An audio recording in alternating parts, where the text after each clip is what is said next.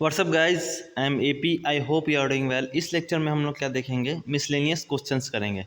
Miscellaneous question का मतलब ये हुआ कि जितने भी इस चैप्टर में जितने भी थ्योरीज हमने पढ़े थे, क्या क्या थ्योरी पढ़े थे कि पैरेललोग्राम कैसे बना, पैरेललोग्राम नहीं मतलब पैरेलल लाइन कैसे बनाते हैं।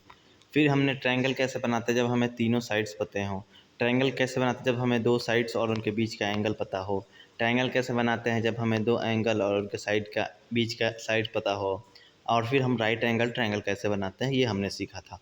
और किस सिचुएशंस में हम ट्रायंगल बना सकते हैं, ट्रायंगल की प्रॉपर्टीज़ सीखी थी हमने, ठीक है।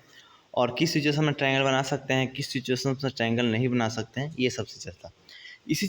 इसी सब प्रॉपर्टीज़ का यूज करते हुए हम लोग देखेंगे जो 8 क्वेश्चंस दिए हुए हैं, किस में हम लोग ट्रायंगल बना सकते हैं और किस में ट्रायंगल नहीं बना सकते हैं, ठीक है। और हम रीज़न भी बताएंगे कि क्यों हम ट्रायंगल इसमें नहीं बना सकते हैं। चलिए शुरू करते हैं। Below are given the measure of certain sides and angle of triangle. ये जो नीचे 8 क्वेश्चंस दिए हुए हैं, इसमें एंगल के मेजर दिए गए हैं और साथ में साथ साइड्स के भी मेजर दिए गए हैं। आपको पहचानने हैं कि कौन से क्वेश्चंस को हम कंस्ट्रक्ट कर पाते हैं और कौन से को नहीं कर पाते हैं। अगर नहीं कर पाते हैं तो क्या रीज़न है, ठीक है। और जो कर पाते हैं उसको हमें कंस्ट्रक्ट करना है। इससे क्या होगा कि हमने जितना भी पढ़ा था एक बार इस चैप्टर का प्रैक्टिकल ज्योमेट्री का रिवाइज हो जाएगा, ठीक है। तो चलिए शुरू करते हैं। ट्रायंगल हमें ABC बनाना है जिसमें एंगल A है 85 डिग्री, एंगल B है 115 डिग्री और AB का लेंथ है 5 सेंटीमीटर। तो AB का लेंथ है 5 सेंटीमीटर, एंगल A है 85 डिग्री, एंगल B है 115 डिग्री। अब एक चीज़ बताइए, ट्रायंगल का प्रॉपर्टीज क्या होता है कि ट्रायंगल के तीनों कोण को अगर जोड़ते हैं तो 180 डिग्री होता है। एंगल A और एंगल B को ऐड कीजिए तो एंगल A है 85, एंगल B है 115 डिग्री। 5 5 10 के 0 हाथ में 1 9 10 200 डिग्री का यही दो एंगल हो रहा है। तो क्या ट्रायंगल बन पाएगा? नहीं बन पाएगा। तो पहले वाला तो भाई राम भरोसे नहीं बन पाएगा जी, समझ गए। राम जी भी नहीं बना पाएंगे। क्वेश्चन नंबर 2 देखते हैं। ट्रायंगल PQR बनाना है जिसमें Q 30 डिग्री है, R 60 डिग्री है, QR इक्वल टू 4.7 सेंटीमीटर है। इसमें देखिए एंगल को ऐड करेंगे तो 60 और 30 90 डिग्री हो जाएगा। मतलब कि जब हम जो ट्रायंगल बनाएंगे तो एक ट्रायंगल जो बचेगा वो 90 डिग्री का होगा। तो हम एक ऐसा ट्रायंगल बनाएंगे वो ऑटोमेटिक 90 डिग्री का हो जाएगा। चलिए शुरू करते हैं। एक एंगल दिया हुआ है, दो साइड दिए हुए हैं और दो एंगल दिए हुए हैं। सॉरी, एक साइड दिया है इसमें और दो एंगल दिया है। तो देखते हैं, सबसे पहले हमें साइड्स ड्रॉ करना पड़ेगा। साइड हमने एक लाइन सेगमेंट खींचा QR, जिसका लेंथ कितना है 4.7 सेंटीमीटर। क्यू जो है वो 30 डिग्री का है। तो 30 डिग्री कैसे बनाएंगे आपको पता होगा। 30 डिग्री हम बनाएंगे, पहले हम 60 डिग्री बनाते हैं। तो यहाँ पे कंपास का पॉइंटर रख के सेमी सर्किल बनाया, यहाँ रख के फिर उसी नाप पे ऐसे कट किया, फिर इसको मिलाया, तो ये हो गया 60 डिग्री। 60 डिग्री का आधा कितना होता है? 30 डिग्री होता है। तो इस एंगल को हमें बाइसेक्ट करना है, मतलब कि एंगल बाइसेक्टर वाला निकालेंगे। यहाँ पे कंपास रख के आधा से ज़्यादा लेके, मान लो कहीं यहाँ आधा से ज़्यादा यहाँ कट किया, फिर यहाँ कंपास का पॉइंटर रख के यहाँ काटा, फिर इसको हमने मिला दिया, ये हो गया आपका 30 डिग्री। अब R जो लेना है वो 60 डिग्री लेना है। 60 डिग्री कैसे बनाएंगे? यहाँ कंपास का पॉइंटर रख के ऐसे सेमी सर्किल बनाया, यहाँ पॉइंटर लेके ऐसे कट किया, फिर इसको और इस कट पॉइंट को हमने मिला दिया, यहाँ मिल गया। तो ये 60 डिग्री हो गया, ये 30 डिग्री हो गया, ये 4.7 है ही, और यहाँ जो मिल गया ये हो गया आपका P। तो P पे जो एंगल बना हुआ कितना बन जाएगा? ऑटोमेटिक P पे जो एंगल बन जाएगा वो 90 डिग्री का बन जाएगा। क्यों बन जाएगा? क्योंकि ये 30 डिग्री है, ये 60 डिग्री है, तो ये 30 60 90 डिग्री। ट्रायंगल को सभी जोड़ेंगे तो कितना डिग्री का होता है? 180 डिग्री का होता है। तो ऑटोमेटिक ये 90 डिग्री का हो जाएगा। ये 90 डिग्री हो गया, तो 90 डिग्री के सामने वाले साइड्स को क्या बोलते हैं बताओ? इसके सामने वाला साइड्स QR है, ये क्या है? हाइपोटेनस है, ठीक है, समझ गए। और QP और या फिर PR ये क्या है? लेग्स है, लेग्स बोलते हैं, ठीक, समझ गए। क्वेश्चन नंबर 2 हमने बना दिया क्योंकि ये ट्रायंगल बन जाएगा। क्वेश्चन नंबर 3 देखेंगे। एंगल A दिया है 70 डिग्री, एंगल B दिया है 50 डिग्री। तो 70 और 50 कितना हुआ? 70 50 120 डिग्री, मतलब ये बन जाएगा। AC एक साइड दिया है, इसमें एक साइड दिया है और दो एंगल्स दिए हुए हैं। तो एंगल साइड एंगल वाला देखेंगे तो हमने साइड बनाया AC कितना हो गया? 3 सेंटीमीटर। एंगल 70 डिग्री है, कंपास से बनेगा नहीं, प्रोटेक्टर से बनाएंगे हम। जहाँ पर प्रोटेक्टर ऐसे रखा, ये मान लीजिए 60 डिग्री, ये 70 डिग्री मान लो यहाँ जा रहा होगा, कलर चेंज करते हैं भाई। ये हो गया आपका 70 डिग्री, ठीक है। Angle A 70 degree, angle B 50 दिया है, एंगल बी 50 दिया है तो एंगल बी यहाँ पे होगा, लेकिन हम बना नहीं सकते ना यहाँ पे, क्योंकि हमें ए बी का लेंथ पता नहीं है।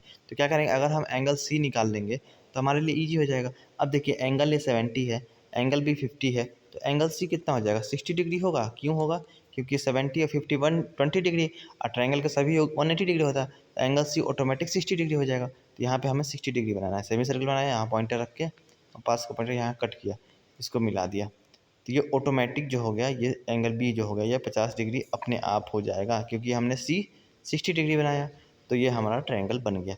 तो क्वेश्चन नंबर 3 भी हम ट्रायंगल बना सकते हैं। अगर आपको ट्रायंगल की प्रॉपर्टीज़ पता होगी तो बन जाएगी। क्वेश्चन नंबर 4 देखते हैं। ट्रायंगल एल एम एन बनाना है, जिसमें angle L is equal to 60 degree, angle N is equal to 120 degree.